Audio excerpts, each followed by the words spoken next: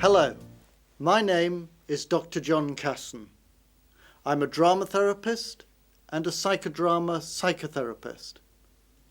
And I've been working in adult mental health for over 20 years.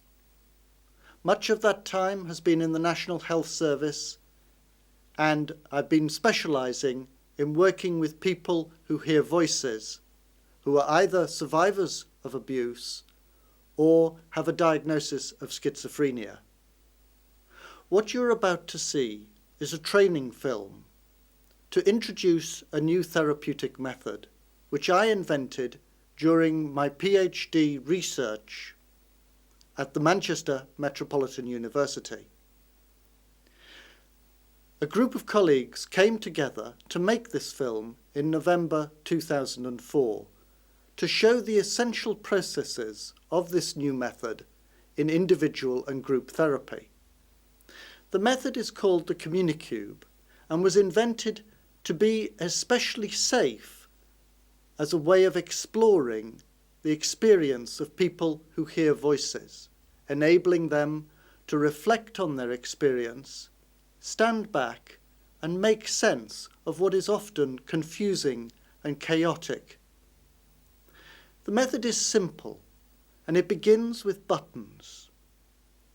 Clients choose a piece of coloured paper, and then at least 7 buttons to make a pattern. This is called button sculpting. The coloured paper offers the client a boundaried space. The method empowers. Clients have maximum choice and control as they select buttons. You need a collection of about 200 buttons of all shapes and sizes, dark and ugly, as well as glittering and bright. Buckles, coins, a variety of miniature objects such as a torch, light bulb, a piece of chain, a hook, a candle stub. I also offer a collection of semi-precious stones for clients who do not like buttons. Buttons, however, are useful because they can symbolize anything. A green button can represent the earth, my car, my sister, or a garden. I encourage clients to choose 7 buttons to make a pattern. I give them no other instructions to start with, so they are free to interpret this activity as they choose. Some will simply enjoy making a pattern. Others will be drawn to buttons which symbolize aspects of their experience. I encourage them to play with the pattern, to experiment by changing it, taking out one button to see how it looks. If they need to add more, they can choose extra buttons until they feel the arrangement is just right. There's often a feeling, that's it. That's how I want it. After creating the pattern, the client can stand back and look at it, noticing how they feel. Meaning emerges not only from the pattern of buttons, but also from the colour of the paper. Working with one woman, and she made a pattern of buttons on a piece of green paper. And I said to her, just before you start talking about the pattern, just be the green paper, just talk to me as the green paper. And she burst into tears because the green paper represented the football pitch and represented her father who had died. And it was the green paper that was the most important thing that day. Yeah? So it's important not to underestimate even that basic ground that you're providing, which is a boundaried space to contain the material. I've been spending a lot of time with my 2 little girls. My eldest is just over 2.5, and she has this fascination by the colour blue at the moment. And she just gets so much excitement if we go somewhere she sits on a blue chair. Do you know what I mean? And so that real delight. And that was just the starting point for me. Really important. I just went for the blue piece of paper before I even realised, I know why I'm getting this paper. Right. It's the important relationship with your daughter. In group therapy, clients can work in pairs, describing their pattern to a partner. About loss and carrying on what it was a very simple exercise, and It amazes me how much meaning actually came out of it. Just looking at my own picture and what I started to understand about myself, and then discussing that with others, and how much meaning came out of theirs. And I definitely think it's been very, very useful exercise, and it's helped me, and I'm sure it's helped other people as well. I probably look after myself more than you do. Right. And that's quite interesting to me, because I think if I'd done this 10 years ago, that wouldn't be the case. I think probably looking about my recent change in role, I've had to do some serious considerations. Yes. And I think you're much more looking after other people than That's I'm. probably right. Yeah. And I don't like the way that makes me feel. Well, because I would have always said in the past, look at other people, people say want to go out and rescue people, do this. And I have had to turn that around unconsciously, but underneath it, maybe I don't like it. The therapist can invite the client to create a pattern with a theme, such as choose buttons to represent members of your family. How close or distant are they? Buttons can be parts of yourself, roles you play, or feelings. Okay.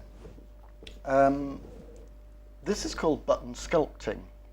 It's a normal drama therapy activity. It's very simple. It's easy. It maximizes the client's choice and power because the objects are miniature. They're not threatening. If somebody chooses a button to be a significant figure in their life that they can't relate to, they can throw the button across the room and there's no harm done, there's no danger. Yeah? They can stamp on buttons, they can express things about the buttons that perhaps if you were working on a larger scale may be too threatening. Now, working with miniature objects you can find in cultures right across the world. Shamans and medicine people have used stones and shells and miniature objects like bones for millennia. So this is not new, it's just an adaptation for modern drama therapy practice. So I was using this when I was working with people who struggle with psychotic experiences and who hear voices during my doctoral research, because I thought, well, this is going to be safe. Use it, and I was using it with people, and they were representing their voices with buttons and parts of themselves, and it was useful. One man set out the different parts of him, the different roles, the different voices he heard, the significant people in his life, in relationships. And he said, looking at it, he said, I'm a whole person. People don't see these other parts of me. And he felt sort of validated by being able to realize he was more complex than the simple stereotyped you're schizophrenic. Yeah?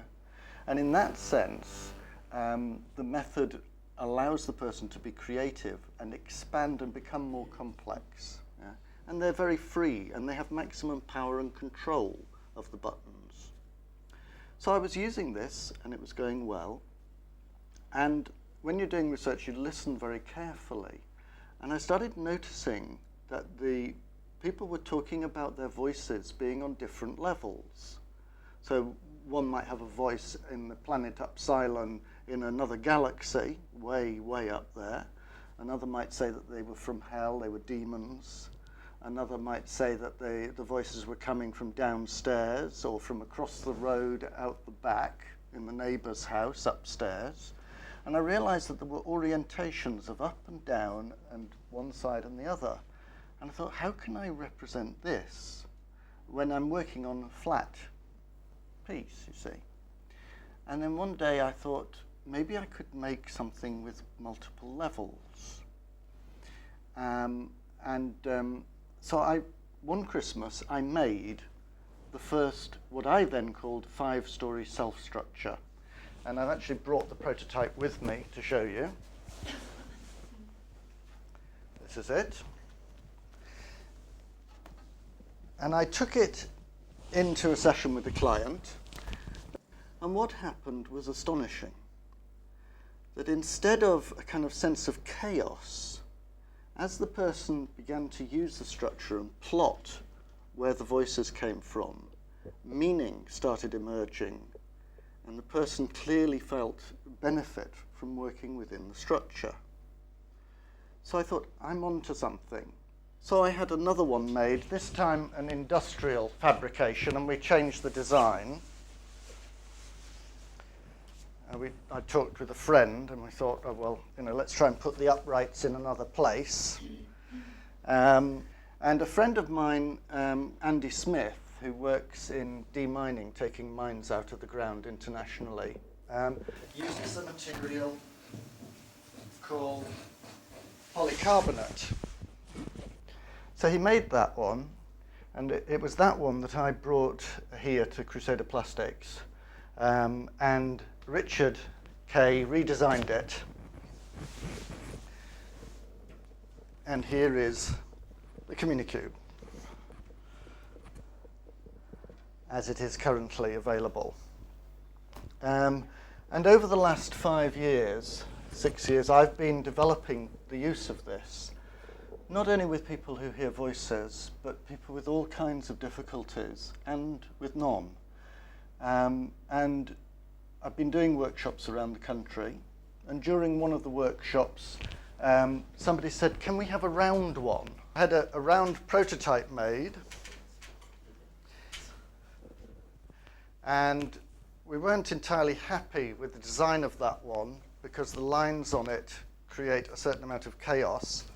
So we changed the round one to having concentric circles simply. So we now have the classic square one and the classic round one. When the Communicube is used in individual therapy, the method is called the 5-story self-structure.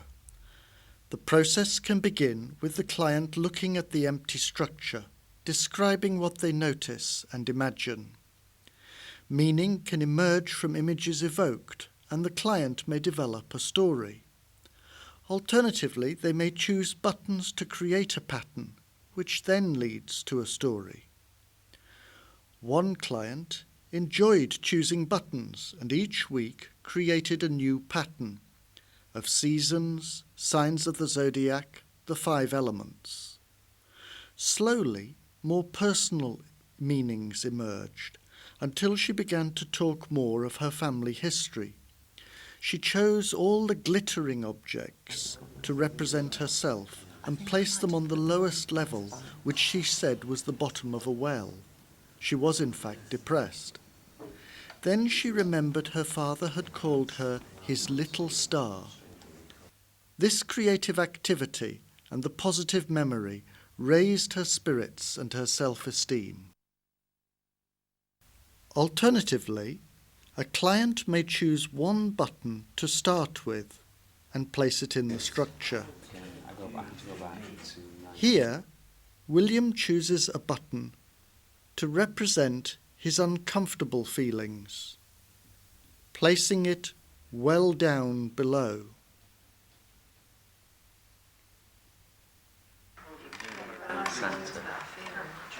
So that's the uncomfortable feeling? Yes. Do you want to get one for yourself as well at this point? William then chooses a button to represent himself. I'm placing that on the top. There's a parallel with it. That is very, I feel like that's very much me. That's you. That is very much me. That's always reflected me, and I've learned that since I was a child. It's not about. That definitely is how I feel. So that's quite a long way down. Yeah. So what happens when you look at that red button? I feel emotional. Very. Yeah. Is it okay to feel like that? Oh yes. Yeah. I think again, where you are in life,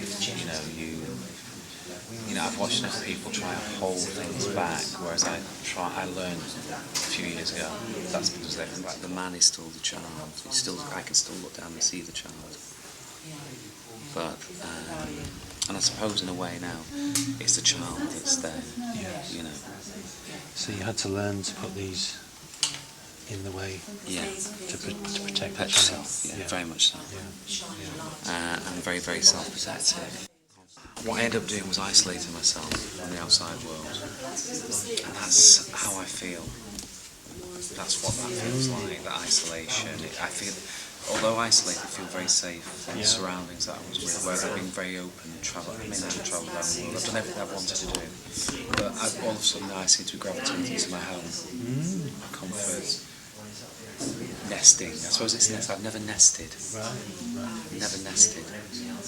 After representing the self, clients may then choose other buttons to represent parts of the self, roles they play, feelings, or significant relationships, and place these in the structure. I think I know who that is straight away.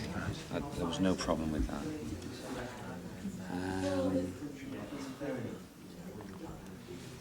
I'm going to put them.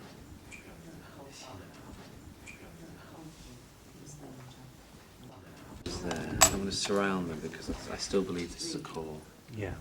of things.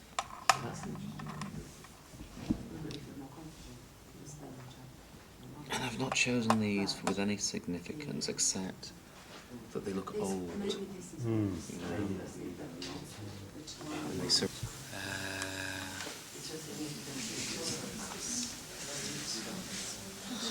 and I'm going to put this person there.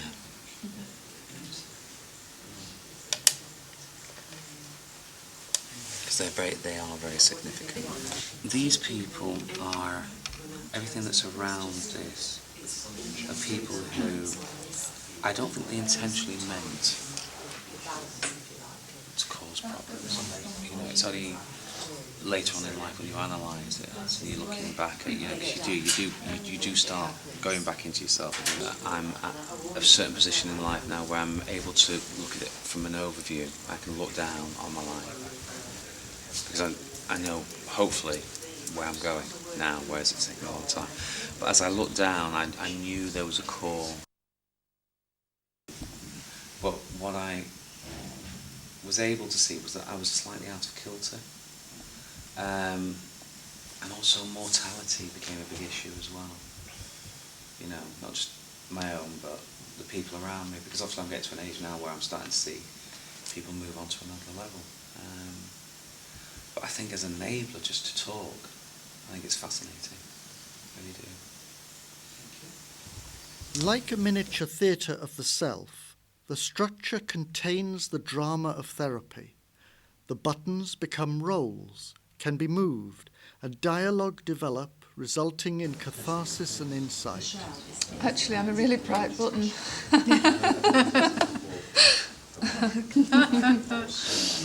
Okay. I'm getting smarter. You're getting I'm smarter. getting smarter. What is it about that movement? So it's something like, so you think yourself quite smart, huh? I'm not sure I am, and I want to hide. And there's something about that's not going to catch me. I don't want that to catch me. That. I'm Yeah. So you would say to that part, I don't want you to catch me. So I don't want you to catch me. And that part saying, aha, so you think it's next. Yes, and I'm actually seeing this now. It's like it's bigger, but it's shriveled. There's a shriveled appearance in the centre of it.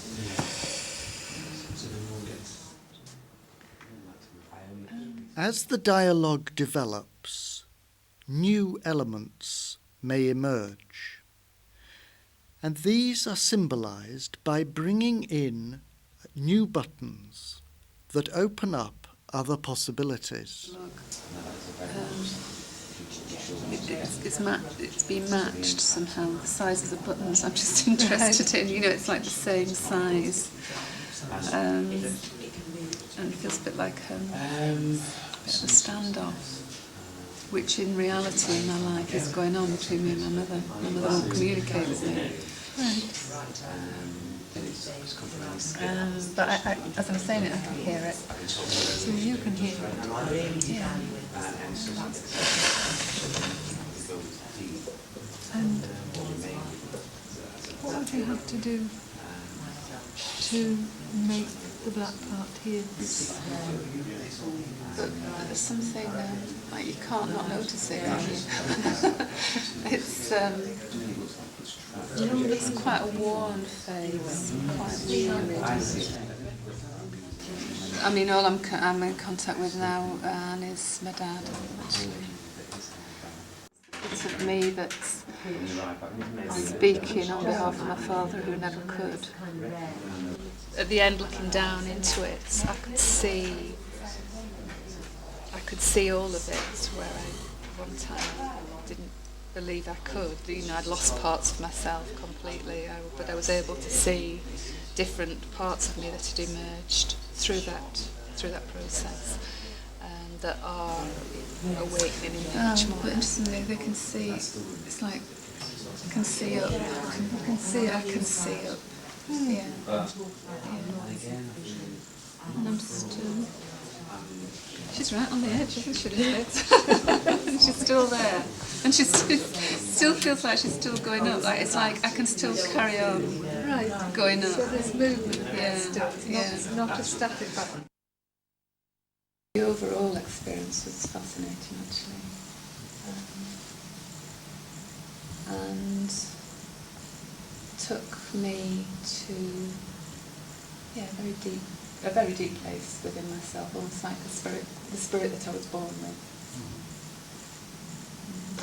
And I was left being able to see that. And it seemed to me that as soon as you put that next element in, that everything changed. And it's something about having all of it in there that I think creates another dimension that it's a bit like systems theory or field theory, where as soon as you put one thing in or move it or change it, then everything changes. And I really like the standing up at the end and the moving round and seeing it from different angles, and the looking down and experiencing all of the person experiencing more fully the fullness of themselves and the potentials, instead of just getting caught in this bit and that bit. The Communicube and Communiwell can be used in groups in a variety of ways. One is the game Quintessence. It is a game of free association during which group members share stories, memories and associations. Any member of the group can start the game by choosing a button or object and placing it in the structure. He then tells the group what this signifies and what memories or stories it evokes. As he tells the story, the group members have their own associations, and another member follows on, choosing a button to symbolize their association and telling their story. When they place this in the structure, they position it in relation to the first object, and so other group members follow on with other objects. There is only one space they cannot use, the central space on the central level. This space is called the quintessence. As the pattern of objects develops, players wonder what the central theme of the game is, what they share, the quintessence. Any player can suggest what this is and place an item symbolizing it onto the central space. All the players must agree, and so if they have other ideas, the game continues. Indeed, the quintessence must be arrived at by consensus, and the group cooperate to discover this shared central theme. If success eludes them, they continue to play.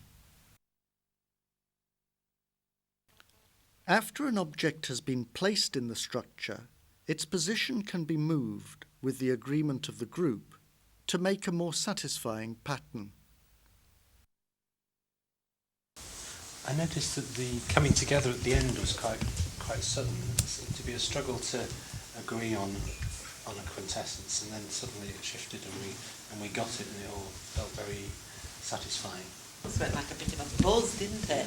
At the end, we went, wow. And we just looked and we all agreed at the same time almost.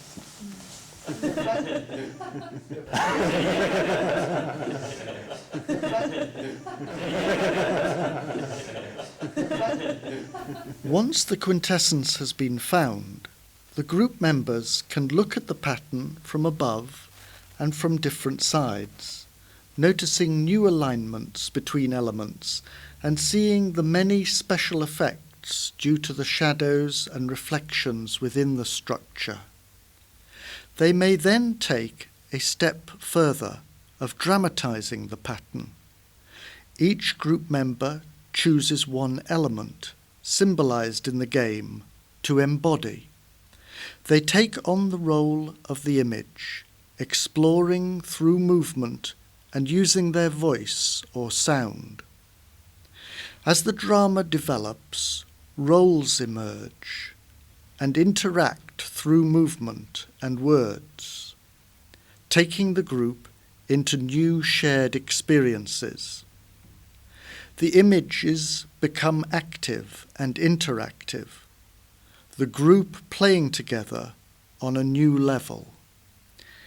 Let's now watch the process of the game Quintessence and the resultant drama, seeing how images emerge and how shared meanings bring the group closer together, allowing different cultural references and experiences to be expressed and explored. I suppose what it's reminding me of is reminding me of my father. His birthday's on the 11th of the 11th, which is Remembrance Day. And he died about a year ago. And I was struck with that when it was the E-Day, yeah. That actually that was a period of celebration. That day was, my aunt has a story of, she was about 4 years old and getting really excited and saying, oh, they're putting the flags out for David's birthday, because she thought those flags were because it's his birthday. So there's that mixture of celebration and joy and remembering the sadness of the passing away. So that's what this is. Because one of my memories is of my father walking along a beach where we were at a distance from him, playing as a child, and him walking along a beach. And he died about 15, 16 years ago. So, yeah, that's what was leading on from your story. So I'm going to put that.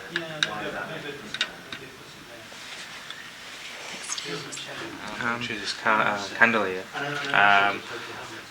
Obviously significance with birthdays and celebration, and more recently something that happened just last week was Diwali, which is the festival of lights, and candles are used in there, and it's some gratification, and it's about family. I think that's got a link from there, so that's what I'd like to put in there. Following on the celebration of lights, which reminds me, makes me think of enlightenment, and being in an enlightened place. And just before my daughter was born, I got a real sense of something, some spirit, awaiting to be born. A real spark of energy and light. So there's an association for me there, of waiting to be born. This to me symbolises the hidden depths and the richness in those depths. So I'm going to put that. I think I will. put it down here.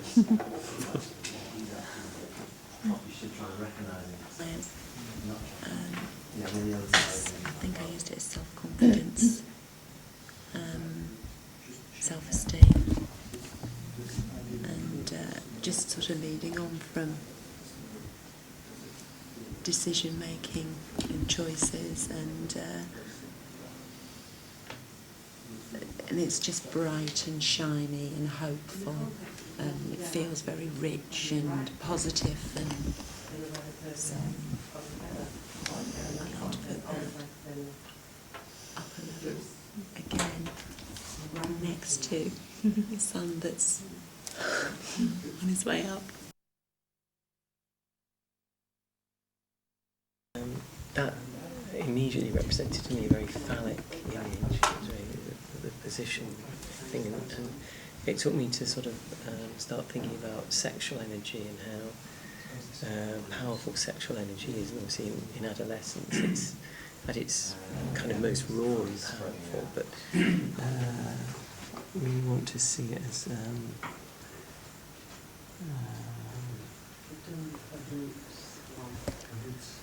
do you know, I really struggle with where to place it, because it could be placed everywhere. That's your instinct. I don't know where's my instinct to place it. I think it maybe belongs on this. You might want to. Someone else might have an idea for it. Well done. Okay. I'm quite like just look down, I think, to see what. It's a question mark or something. And you can see it in the middle. It's just see, for me, I suppose, why I guess I quite like not having a physical object is that I think that the thing with spirit is it's not tangible, and actually here it is, here it's not, you know, and actually there's always that question, you know, those moments of the sense of actually, you know, spirit is. The observer, symbolized by the camera, peers into the hidden depths. We rise through family and culture. The quintessence is the faint reflection symbolizing spirit. John chooses to embody the role of the receptive. Sue explores anarchic energy. Anne, the role of the heart.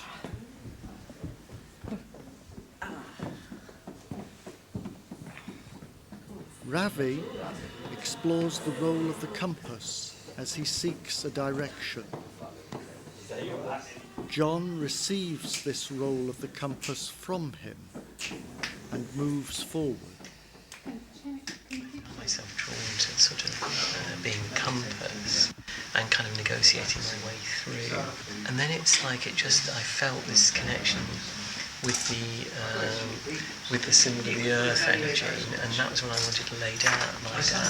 And first of all, it felt very much like the earth holding, but then it moved into a deeper place, you know, and maybe that's what it's a deeper place of stillness, and it felt like, you know, the words that come up for me, the Tao is silent, and it felt like a very holding place, that it could hold it all in a very different way. I don't know. Perhaps. What is? I don't know.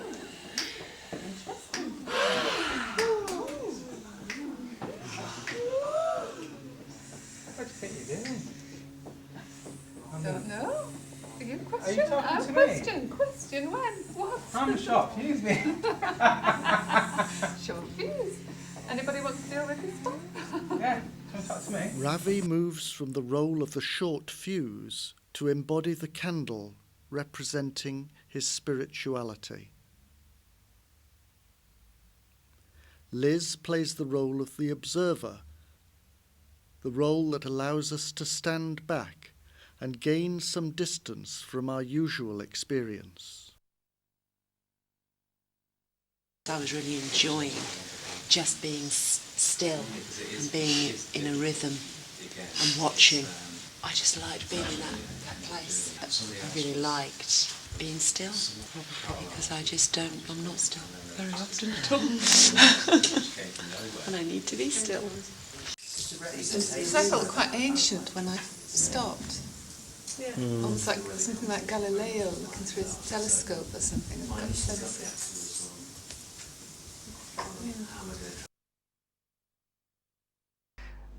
Peter Slade, who is the founder of drama therapy in Britain, would call the game of quintessence and working with buttons projected play.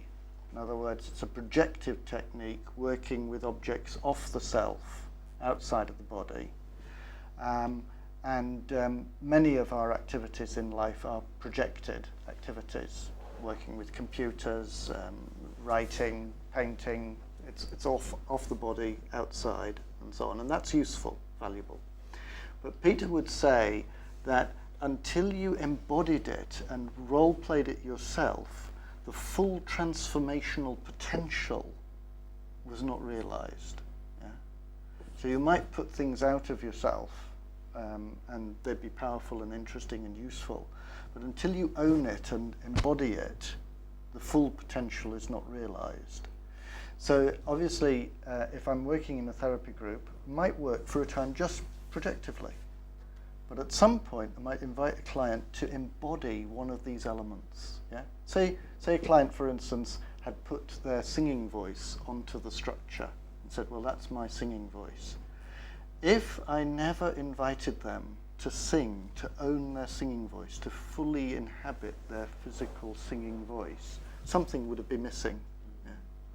So the possibility of moving from the structure, off the structure, into the body, into the being, is important.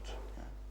Question of timing and giving the person choice what to do, but it's realizing that the structure itself is not the be-all and end-all.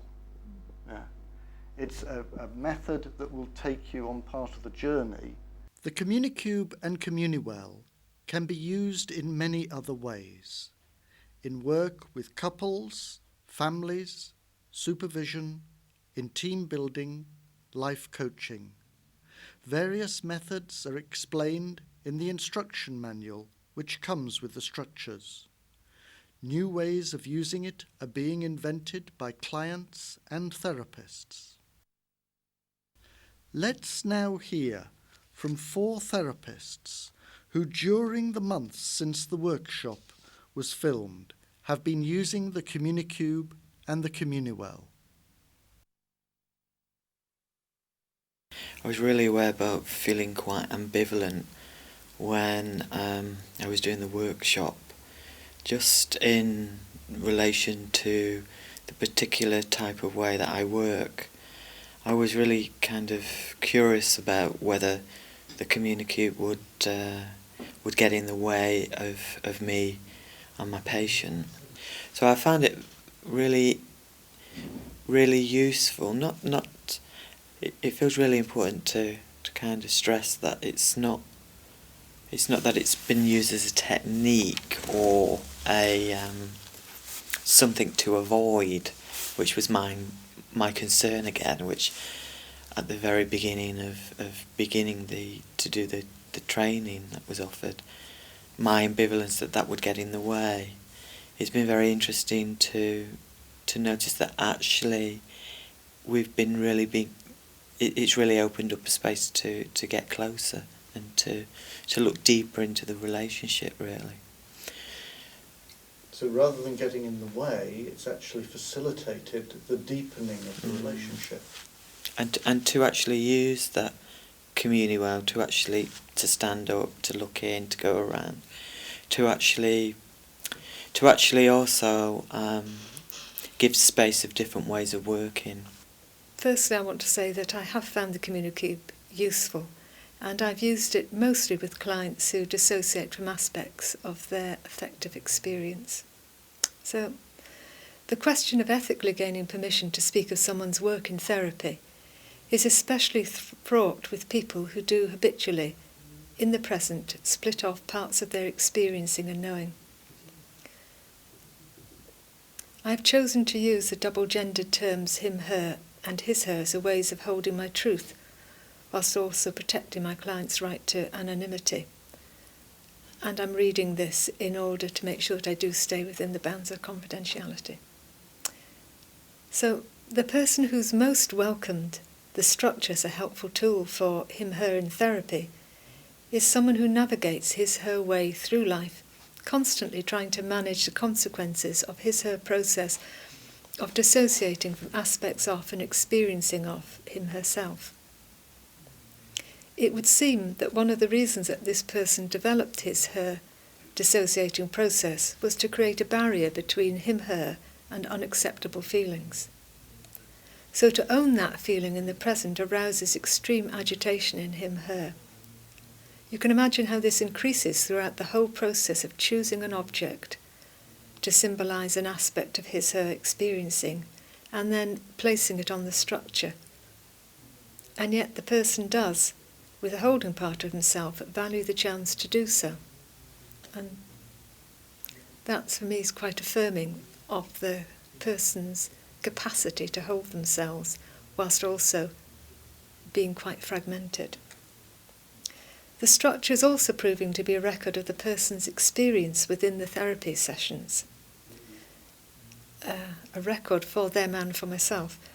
This is challenging in itself as a person's dissociation process is accompanied by a strong amnesiac one. He, she can become quite distressed as he, she has no recollection of as he realises that there is something on the structure that he, she has no recollection of putting there. However, with slow, careful working through of this, it is as if the person is gradually collecting together bits of him, herself, in the shared space of therapy. They sit on the structure for us both to see. The bits are not connected up, but for the first time, this person has allowed his, her constantly shifting and contradictory self-experience to be visible to him, herself, and to another, to me. After about 12 sessions in which the structure had been either the focus of the work or a silent but visible third witness, the person sat back and in a surprised voice said, "You know, if we keep doing this, what we're going to get is a picture of me as I am here." And I have to say, I was really moved when that was said. This is somebody who has struggled with having a voice, being able to express anything of this immense turbulence inside. So for this person in particular, it's an amazing relief, I think. Well, I've really enjoyed working with it. I've used it both with groups, with couples and with my individual clients. I've used it in quite a number of different ways, and it's been very helpful in my own practice. If I talk about the group first of all, I used it quite soon after taking delivery of it. It was to facilitate a group meeting of about 20 people, many of whom had never met before.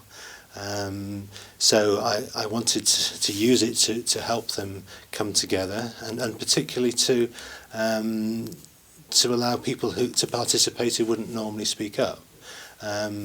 So it was an excellent way of getting everybody involved.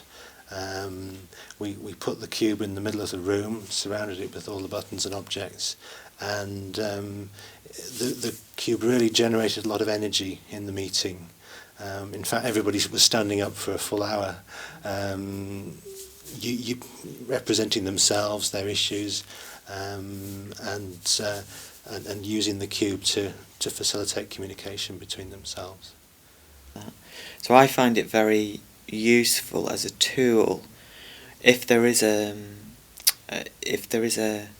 place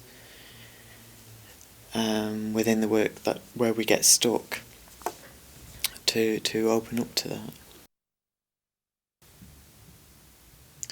What I've found is that there are some really knotty issues that I keep finding we return to again and again in the course of the therapy. And this has been really with a number of my clients that I've been experimenting with the use of the Communicube with. And what I've found each time I've used the Communicube is that we've got to the nub of the issue in a way that seems to release creative energy for the client. And it's as if rather than it being a technique which takes away from the relationship between myself and the client, the way I've been finding myself using the Communicube enables us to focus more on what the blockage that the client's been struggling with is around, to, in a sense, externalize it through the cube and really to wonder together. And a lot of it is wondering together about what the particular constellation that is being created in the cube has meant for the particular client in relation to the particular issue. One of the things I've noticed is that it's quite a good diagnostic aid for me. So, for instance, the way one of my clients will react to first being invited to use the cube is quite revealing. Some are quite keen to get on with it, to play with it almost.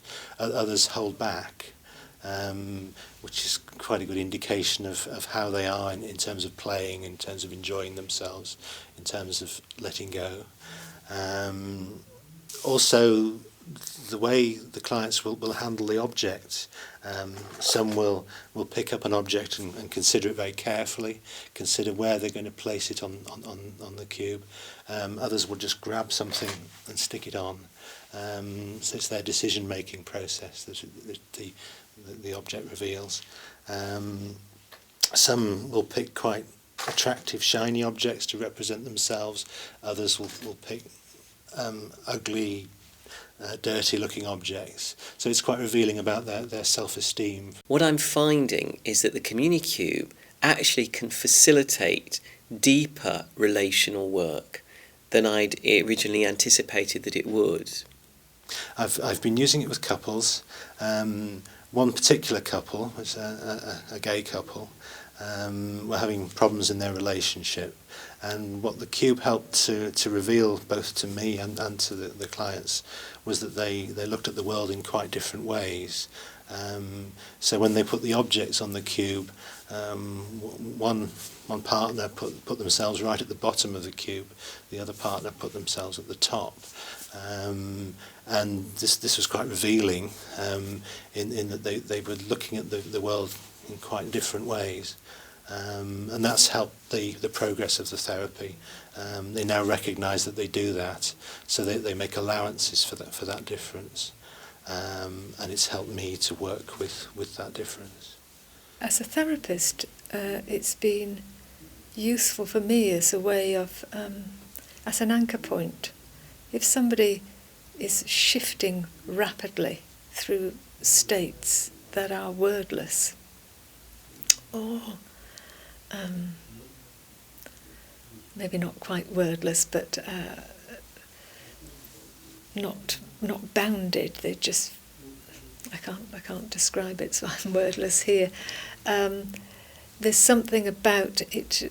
I notice that it anchors me so that I can hold this variety in a way that I think, in being supported myself by the structure and having the symbolic whatevers have been used in place, it allows me also to do what I think it's allowing this person to do, which is to hold that sense of chaos and lack of control and order that they have, so that I can hold their terror at that better. So it's a container. It's a container. I think for a client it's a container, and I think in some circumstances it can be an anchor in the work for the therapist as well.